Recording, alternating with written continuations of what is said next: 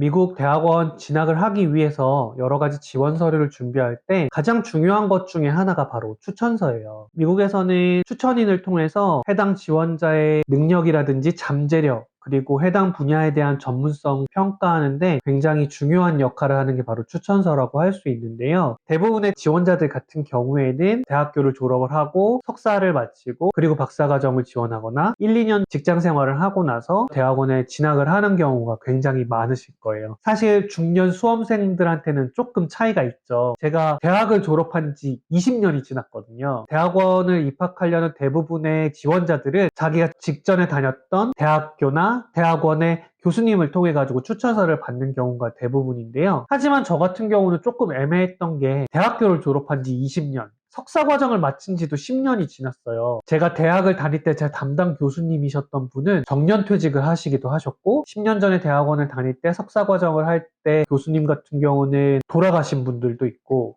대부분 연락이 잘 되지 않는 분들이 많거든요. 10년, 20년 단위로 제가 학창 시절을 보냈던 시기와 떨어지다 보면 지금 현재 해당 전문 분야에 대한 제 전문성을 증명하는 데 있어서 10년 전, 20년 전의 교수님들이 큰 도움이 되지 않는 경우가 많이 있어요. 그래서 저 같은 경우는 제가 미국에 오기 전에 재직했던 회사의 상사분들과 사장님께 추천서를 요청을 드렸는데요. 물론 저같이 대학원을 지원하시는 분들도 있겠고 또 해외 취직을 준비하시는 분들도 있으실 텐데요. 해외 취직을 준비하시는 분들도 마찬가지예요. 자기 직장 동료들이라든지 직장 상사들한테 레퓨테이션 체크를 받는 경우가 굉장히 많기 때문에 최근에는 한국에서 이직을 할 때도 추천인을 요구하는 경우가 굉장히 많다고 들었어요. 저도 최근에 제가 회사에서 같이 일했던 동료가 이직을 할 때 저한테 추천인 등록을 요청을 해서 저한테 연락이 오고 어떤 장점이 있는지 어떤 일들을 함께 했고 또 어떤 성과가 있었는지에 대해서 이야기를 해주면서 추천을 한다.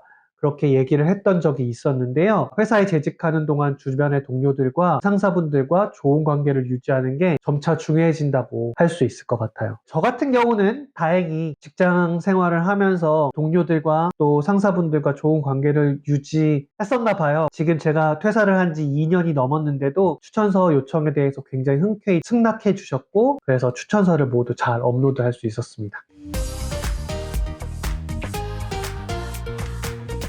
추천서를 요청을 하게 되면 보통 한 페이지 분량의 추천서를 받게 되는데요. 직접 추천서를 작성을 해주시기보다는 제가 어느 정도 초안을 작성을 해서 보여드리게 되면 추천인 분께서 해당 내용에 대해서 더하거나 빼거나 해가지고 해당 추천서를 주시게 되는데 과거에는 이제 추천서를 작성을 하면 추천서에 서명을 받아가지고 직접 지원 서류에 동봉해가지고 학교에 보냈었거든요. 불과 15년 전, 10년 전 정도에 있었던 일들인데 요즘은 그렇게 하지 않더라고요. 대학원을 지원하는 홈페이지에 들어가서 지원 서류를 입력을 하다 보면 추천인을 등록을 하는 페이지가 있는데요. 해당 추천인을 등록하는 페이지에 추천인의 개인정보와 함께 이메일 주소와 연락처를 작성을 하면 제가 작성한 해당 이메일 주소로 추천서를 등록을 할 수 있는 링크가 포함된 이메일이 전송이 되더라고요. 해당 이메일에서 링크를 클릭을 해서 PDF 파일에 추천서를 등록하는 형식으로 진행이 돼요. 과거에는 제가 직접 다 찾아뵙고 추천서 서명을 받은 실제 문서를 받고 이런 과정들이 있었는데 지금은 온라인을 통해서 추천서를 다 업로드하는 과정들이 있다 보니까 제가 추천인 분들을 갖다 직접 다 찾아뵙지 않아도 미국에서 대학원을 지원을 할 수 있었어요. 사실은 추천서를 부탁을 함에도 불구하고 직접 찾아뵙고 인사를 드리지 못하는 게 죄송스러운 마음들이 아무래도 조금 있더라고요. 감사하게도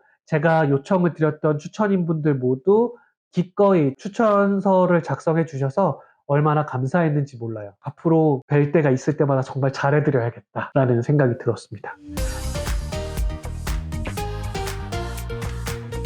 추천서를 작성을 하면서 힘든 부분 중에 하나는 영어로 추천서를 작성을 해야 된다는 점이었어요. 물론 직접 추천서를 추천인께서 작성을 해주시면 좋지만 대부분의 추천인들이 한국에서 살고 계신 분들이고 영어로 문서를 작성을 하거나 영어로 원활한 커뮤니케이션이 어려우신 경우가 좀 많이 있잖아요. 그러다 보니까 영어로 어느 정도 초안을 작성을 해서 보여드리고 내용 조율이 있은 후에 해당 추천서를 업로드를 요청을 드리게 되는데 제가 지원하고자 하는 학과에 어떤 전문성을 가지고 있는지에 대해서 같이 일하셨던 동료분들이 이런 장점을 가지고 있다라는 부분들을 구체적으로 구체적으로 작성을 해 주셔야 하기 때문에 영어로 작성을 하면서도 내용도 구체적이어야 되고 적절한 예시도 있어야 되고 문서 하나를 만들어낸다는 게 생각보다 쉽지 않은 과정이라고 볼 수 있어요. 해당 문서에는 추천인이 어떤 일을 하는 사람이고 어떤 역할을 했고 지원자와는 어떤 관계를 가지고 있다는 내용이 추천서 앞부분에 있고요. 추천인과 지원자가 어떤 일을 같이 했었는지, 지원자의 어떤 장점들을 많이 봐왔는지, 해당 부분들은 대부분 지원하고자 하는 그 학과의 주로 연구하는 연구 과제들과 긴밀히 연관된 부분에 대한 장점을 추천인께서 언급을 해주시는 게 가장 좋겠죠? 그리고 그런 장점들을 자기가 볼 수 있었던 예시, 일화 이런 부분들까지 같이 포함되면 좋은 추천서가 되지 않나라는 생각이 개인적으로 들었어요. 저 같은 경우는 아직 지원 단계에 있기 때문에 어떤 내용들이 추천서에 들어가야 되는지 이야기를 한다는 게 약간 어폐가 있을 수도 있는데 아내 같은 경우는 추천서를 받아서 지금 합격해서 벌써 3년차 다니고 있으니까 아내가 받았던 그 추천서의 장점들 그 부분들을 저도 똑같이 추천인 분들께 요청을 드려서 해당 내용들이 추천서에 포함될 수 있도록 그렇게 정리를 했다고 볼 수도 있어요. 저 같은 경우는 조금 어려웠던 부분이 지원하는 학과가 총 3개 학과인데 해당 학과가 연구하는 분야도 다르고 하나는 순수인문학, 다른 하나는 예술학, 또 다른 하나는 과학 분야가 모두 달라서 회사에 다니는 동안에 제가 했었던 일은 같지만 제가 가지고 있는 장점에 대해서 다르게 묘사해야 되는 부분들이 있었어요. 회사 안에서의 경험과 추천인분들께서 기억하고 계시는 저의 모습, 지금 제가 지원하는 각각 다른 3개 학과에 연구하는 분야 이런 장점들을 잘 매치시켜가지고 저의 장점을 어필하고 그것에 관한 이제 일화들을 정리하는 게 생각보다 쉽지 않은 과정이었다고 볼 수 있죠.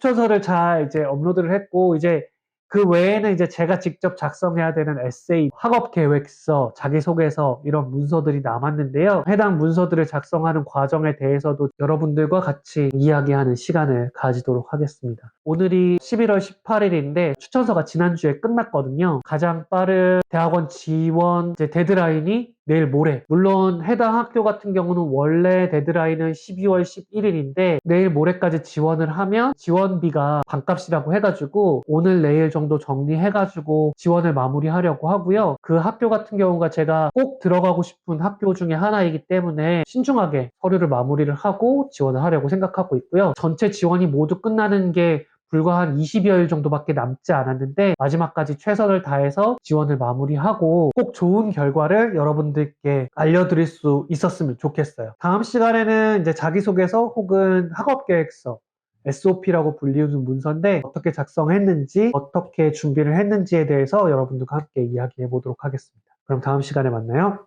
안녕.